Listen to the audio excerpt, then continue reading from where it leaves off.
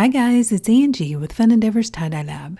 Today let's make an incline twist using one of Dharma's new Curious colors.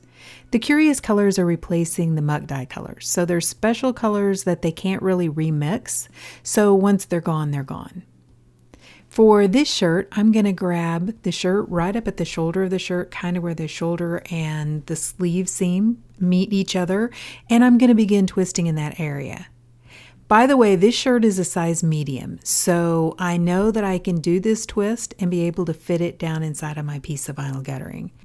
I usually buy longer pieces of vinyl guttering and then I cut them down. So I do have some pieces of vinyl guttering that are about 5 feet long, and then I have some shorter pieces of vinyl guttering that are about 2.5 feet long. And I'm going to use the 2.5 foot section because I think it's just easier to manage. The 5 feet long sections are pretty long, so they take up a little bit more space in my dye area. I'm going to place the twisted shirt down inside of one of the shorter pieces of vinyl guttering, and then I'm going to wrap a piece of kite string around the end and take and attach the other end of the kite string to the end of the vinyl guttering. That way, whenever I incline the shirt, it's not going to slide out of the guttering. If you'll notice, this fold takes up the entire length of this guttering. If I was wanting to do this fold on a size large or extra large or anything larger than a size medium shirt, I would need to go to my larger 5 foot sections of guttering. For this design, I'm going to apply the dye over the top of the ice. So the very first thing I'm going to do is I'm going to apply a layer of ice to the top of the shirt. And I'm actually going to apply the ice while I still have my piece of vinyl guttering laying flat on the table. I think it's easier to add the ice, and then I usually take and kind of press that ice down into the shirt so that I can really layer some ice on top.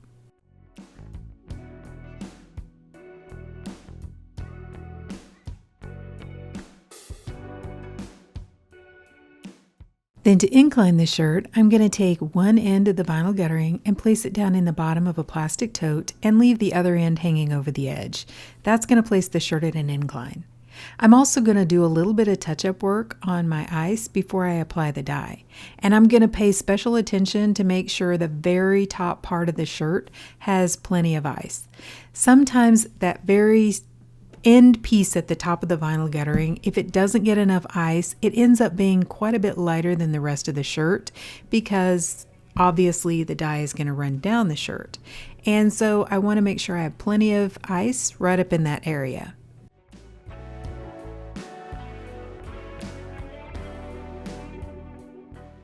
Now I'm going to apply the Cherry Smoke, which is one of Dharma's Curious colors, over the top of the ice.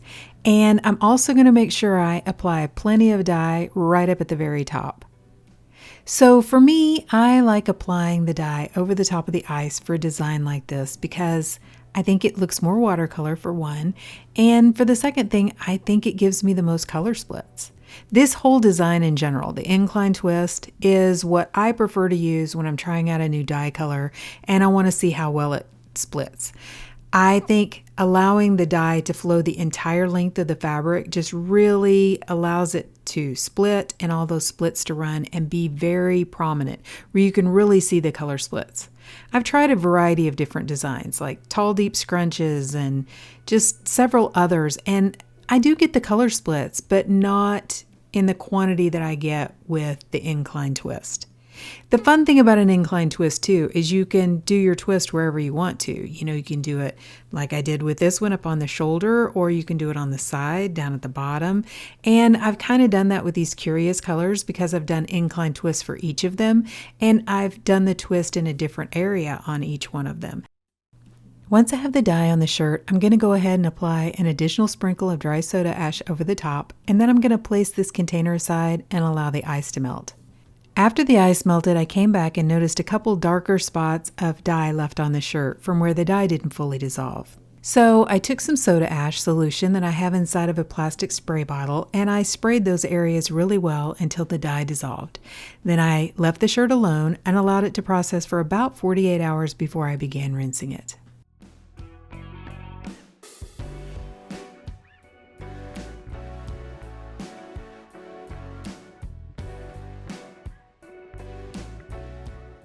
To rinse the shirt, I took it to my utility sink and I took off the piece of kite string at the very end.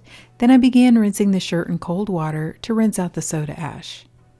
I went ahead and untwisted the shirt, warmed the water up to hot, and continued rinsing in hot water to try to rinse out the excess dye that didn't bond with the fabric. Instead of rinsing for a long time, I went ahead and decided to soak the shirt. I had another shirt that was close in color, and I placed both of the shirts inside of my utility sink together, added a little bit of Blue Dawn dish soap to the water so that if some color bled out of each of the shirts, it wouldn't redeposit back onto the fabric or onto the other shirt. Then I just allowed the shirt to soak. When the water cooled off, I changed it out and I continued that soaking process until the water was remaining almost clear. Then I placed the shirt inside of my washing machine along with some Dharma's professional textile detergent, and I washed it using a hot water cycle. Okay, so this shirt has been washed, dried, and ironed, and let's see what the cherry smoke shirt looks like. Okay, so what do you guys think?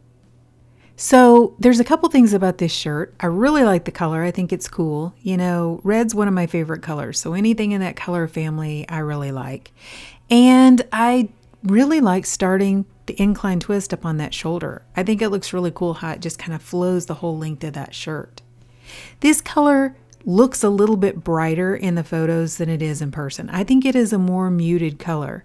But like I said, I think it's really pretty. It's got like dark burgundy colors. It has grays. Some of the areas that look like they're almost white have a very light blue cast.